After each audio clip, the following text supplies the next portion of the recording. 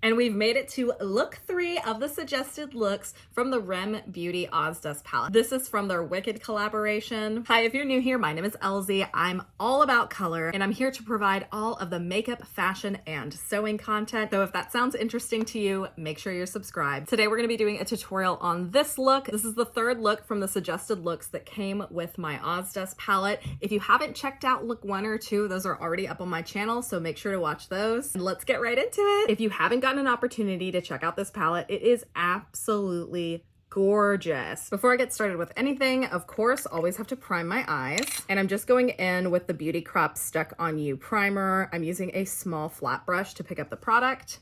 And I'm just gonna sweep this all over my eye. For step number 1, we're gonna be sweeping Normal is Overrated all over the eyelid. Normal is Overrated is this gorgeous goldy brown shade. That's the swatch, and it's so pretty. We're gonna use a flat shadow brush to pick up the product. I'm gonna sweep this over the lid, but I'm gonna kind of pack it in, as you can see, just to get as much pigment as possible. And that is so pretty, it's so glittery. I always love to use one of these to clean up my brushes before and after, just to make sure that I'm not muddying up any colors. For step number 2, we're gonna be blending Bewitched into the crease, and it is this gorgeous brown green shade. So this is what the swatch looks like. It appears to have a sort of brown base with this gorgeous green shifty shimmer in it. Oh my god, that is such a pretty color. And I'm gonna be using a small pointed blending brush to go into the color with, and we're gonna put this right into the crease. Remember, where you put your brush down first is where most pigment is gonna be. And so anytime I'm blending anything into my crease, I like to start on the outer corner because that's typically where I want it to be darkest, just because that gives more of a smoky eye look. And I'm gonna put my brush down there first and then blend the color up into my crease along the crease here, like so. And once I get the majority of the product into my actual crease without picking up any extra product, what I'm doing is I'm just sort of blending it up towards my brow bone, but still staying mostly in the crease. Do you see how primarily the color is concentrated in the actual crease itself, but it's blended up and sort of out? I'm so glad that I'm trying these because I would never think to put this shimmery color in the crease, or really any shimmery color in the crease. But so far, a lot of these suggested looks have shimmery colors in the crease, and I'm kind of loving it. So I think I'm gonna be implementing that into some looks in the future. All right, gonna pick up a little bit more product and go into the second eye. And same thing, wherever we put our brush down first is gonna be where we have most pigment. And so I'm starting from the end. I'm kind of packing it into the outer V because I've got kind of a lot. And obviously the directions don't say to do that, but I just like the way that that looks. Once my brush has more or less deposited all the color, that's when I go in and blend. If it helps you at all, getting one of these to clean up your brush in between or while you're going in to blend can help you get color exactly where you want it to go, and then you can use the clean brush to sort of blend things out. That way your blend isn't too dark and it actually has that sort of ombre effect where the start of the color is in the crease, and then as it gets away from the crease it gets less pigmented. And these are super great. You can get a pack that comes with the tin, and the pack comes with like a ton of them on Amazon. I believe it's linked on my Amazon storefront if you want to check these out. I love having these on hand. I feel like it gets a lot of the pigment off of the brush too and makes it a little bit easier to work with a clean brush. And it's so quick. So quick. Okay, that is gorgeous. For the 3rd step, it recommends blending She's Phosphorescent into the outer corner and the lower lash. She's Phosphorescent is this stunning green shade. That's what the swatch looks like. This is so pretty. It has sort of a blue purple shift to it. I'm not sure if you can see that, but it is stunning. I'm gonna be going in with a smaller tapered brush, and we're gonna put this in the outer corner. So this little V section of your eye right here. So pretty. So the way that I'm doing this is sort of packing and sweeping. So I'm placing the brush down and then doing a gentle sweep. Place, sweep, place, sweep, just like that. And they're really, really small motions just to get as much color in the area that I want it to be in, but still give that blended effect. And you can see I'm bringing this all the way up to meet the crease. Okay, then we're gonna do the lower lash line as well. Okay, for this one, I gotta get real close and personal with my mirror here. I like making my eye look more like snatched. So I'm kind of creating that effect by creating this point in the outer V. In order to make this look more blended, I'm taking whatever color is there and I'm just sort of lightly pushing it towards the center. And this is just to create a smoother blend between my lid color and the outer corner color. Okay, yeah, I love this look. Look number 3 came to play so far. Same procedure on this eye, creating that snatched effect by making it sort of pointed, and that's obviously not in the instructions. The instructions are really basic. I just like the way that looks, so that's my interpretation. And you know what? I actually am gonna go back in with Bewitching and put just a little bit more right here in the crease just to further define that shade. We want this to blend together, but we don't want the colors to get lost within each other. So sometimes I like to go back in with the colors just to really define everything and make sure that each pigment is as pronounced as possible. It's a very moody look. I'm loving it. Just to make this look as pretty as possible, I'm gonna get a clean, fluffy brush and just sort of blend out where the crease is, just to make it a little bit less harsh and more smoked out. And I'm going underneath here as well, kind of doing the same thing. Okay, we've made it to the last step of the last look. And for step number 4, we are lining our upper lash line with Positively Green. It's this beautiful shade of matte green. There's the swatch, such a pretty green. And I'm just picking this up with a liner brush. Gonna need to get up and close and personal with my mirror for this one. A good rule of thumb for any time I'm trying to line my eyes with a shadow, I always like to tap off the excess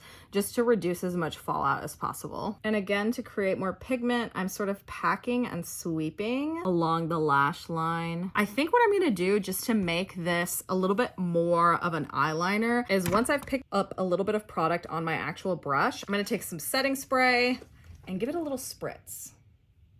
This is just gonna make it more of a liner-ish consistency, just a little bit more, make it a little bit more visible. I didn't like douse my brush or anything either. It is just a light spritzing, so it's not super wet. I find personally that that makes it a little bit easier to work with when it's not super wet. And I'm gonna do the same thing on the other eye, but I'm not gonna put the setting spray on right away. I'm gonna start with just the powder just to create the outline and sort of create like a stencil or a guideline for where I want the eyeliner before I actually put it on. Since it's a little bit more forgiving in powder form, plus because I just did the other eye, there is a tiny bit of the setting spray still on this brush, so we won't need to do too much. That is so pretty. Oh my god, I love this. Yeah, these looks came to play. I'm so sad that this is the last one.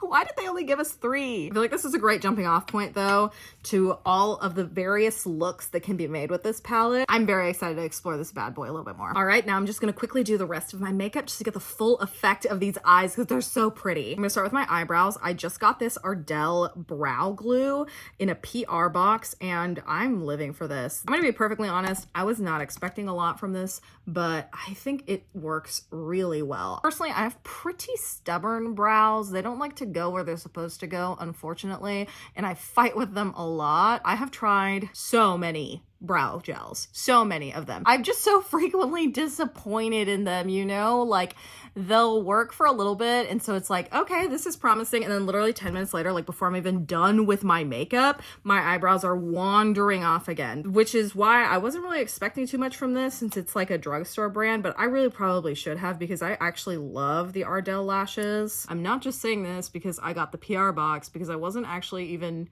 meant to make a video. They just sent it with no like requirement to record about it, but I've like actually been using this on my day-to-day. I really like how this one has a decent amount of hold, but there's a lot of workability with this, so I don't feel like I have to rush through doing my eyebrows. Like it doesn't dry super quickly. I still have some time to sort of set them into place. Alrighty, next step, we're just gonna go in with some concealer. I like to put the concealer on my face and let it really cook for a second.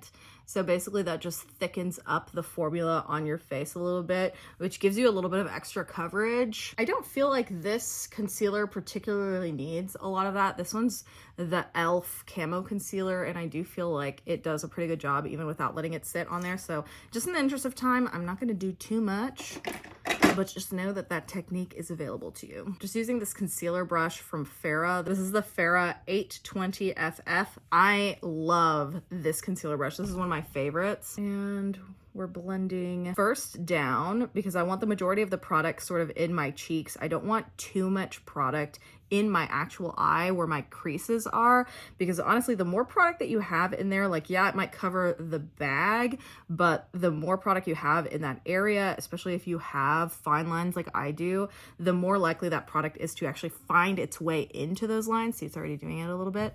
So a little goes a long way, which is why it's so important to let that concealer sit on your face to really build up that coverage, so you actually don't need a lot of product to go into the under eye itself. The smallest amount of product that I can get away with, that's what I will do. Next, going right in with foundation. This is the Yensa Skin on Skin BC foundation. I am primarily using this today because I need to reapply sunscreen, and this has 40 SPF, which is fantastic. This is in the shade medium neutral. I'm just gonna pump a little bit out on the back of my hand because I have this tendency to always get way more foundation than I need, and you really only need a little bit. Put this on. I'm not gonna actually apply this with my fingers, but I am just gonna put it on my face with my fingers, and I'm just using the It Cosmetics. This is an airbrush blurring foundation brush. This is number 101. And realistically, I am using this for the SPF, so I probably should put on more, but I also don't want it to look too heavy, you know? It's a balance. It's a fine balance. On this blemish that I have here, I am just blending out a little bit with my fingers just to give it a little bit more coverage. See, that's all I really needed was that tiny little pump. You can always add more onto your face, but it is so difficult to take it off once it's already there. So I always like to start small and build. I am using this liquid blush. I love this so much. A little dirty because I use it a lot, but this is the Danessa Myricks Vision Flush. This is in the shade Ballet Slippers. It is the perfect everyday blush shade. I don't know how I messed this up. I think I had it, instead of upright like this, I had it laying down on its side, and a lot of it leaked out, so it's a little messy. This is my favorite blush shade of all time, probably. It blends out so pretty, and you really do just need a little bit to get a flush. I obviously like a lot of blush, so I used more, but you can see that it does have a pretty decent color payoff, so you really don't even need to use as much as I did if you want like a boring, less blushy look. I'm just kidding. You do the blush that you want to do, that you feel comfortable with. I definitely have blush blindness, and you know what? I'm okay with it. It's just so cute. How did we live without blush? All of these trends go in cycles. It starts with calling it blush blindness, number one, and not just saying cute blush. And I feel like it's on its way out. So I'm just gonna squeeze all of the marrow out of this trend while I can, because I think heavy blush is so cute. So I will go down with this ship. Before I move on to contour, I'm gonna set my eyes just so that they don't roam any more than they already have, because I have pretty intense fine lines here, and they're really, really hard to not have concealer fall in there. So I've just been kind of smoothing them out as we go. I'm gonna get a little bit of my product onto my powder puff here, tap it out more or less. I always put it on the back of my hand because you really don't need as much product as you think you do. Pat it down, and then same thing for the other side. And that's it. That's all you really need. I haven't used this in a while. This is the Morphe Highlight and Contour Palette. This is kind of old. All my makeup's kind of old. I don't really care. So I guess I'm just gonna go in with this one, Donuts. I'm going a little bit more on the warm side today, but that's okay. I like to hold my brush like this to create like a more of a flat, like, you know, this just adds precision. And exactly like the eyeshadow, the first place that you put your brush down is going to be where most of the color is going to be. So I'm taking my brush in the flattened state and just pressing it right here, and then letting it do its thing, not squeezing it anymore, as I sort of blend this down and sort of up into that blush that's there. We want the face to go up. Same thing on this side. We're just going to take it flat with the product on there and just right there like a little stamp, and then brush and blend. A good rule of thumb is like you want it higher than you think that it should go, kind of, especially if you're just starting out. Like the hollow of your cheek is a good baseline to start, especially if you're just doing like a little bit of bronzer with like a lighter color. This is pretty pigmented, so I put it like if you were like this and find the hollow of your cheek, I put it actually like just above it, like literally just above it. And I'm doing the same thing for my nose contour. I'm picking up just a tiny bit on the brush, and we're doing the squeeze technique. Could I just use a smaller brush? Probably, but I have this one in my hand, and I don't feel like picking up another one. I also like that, you know, you can like very precisely put the product down and then blend with the same brush. I always put some underneath my nose too. Now that the gel on my eyebrows has more or less dried, I'm just going in with the Anastasia Beverly Hills Brow Wiz. My eyebrows are kind of sparse, so I'm just using this to fill in all of the areas that don't have a ton of hair and then kind of pull the tail of my eyebrow out a little bit too. I've said it before and I will say it again, another hill that I am dying on is glittery highlight. So we're gonna add a little bit of this Hustler Baby. This is the Fenty Beauty. It's so pretty. It's like a golden kind of rosy color. The shade adds just such a pretty warm glow. And I will say it's not exactly glittery, but it is a little bit shimmery. I do love a bold highlight and I will always love a bold highlight. You can't take that away from me. I am gonna just go ahead and make the prediction now that I do think that highlight, especially glittery highlight, is starting to come back. I'm so happy for it, especially if they're trying to take my blush away from me. I gotta have something. I gotta have one of them, and I feel like, okay, I will be sad if the heavy blush goes away, but if we can bring back glittery highlight, you know, I think that'll be a fair trade. I'll accept those terms. I don't know what lipstick I want. Probably just like a neutral color. I don't know. I don't feel like going too crazy today. Yeah, this color is really pretty. This is the Dominique lip liner. I don't know what shade this is in.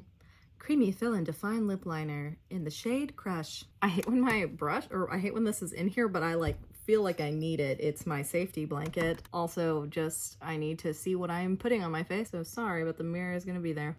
It'll do. And for lipstick, I think I want to use one of these, not that one. Trouble with having all of these like number names is I don't know what I'm working with. Not that one. Where's like that nudie one?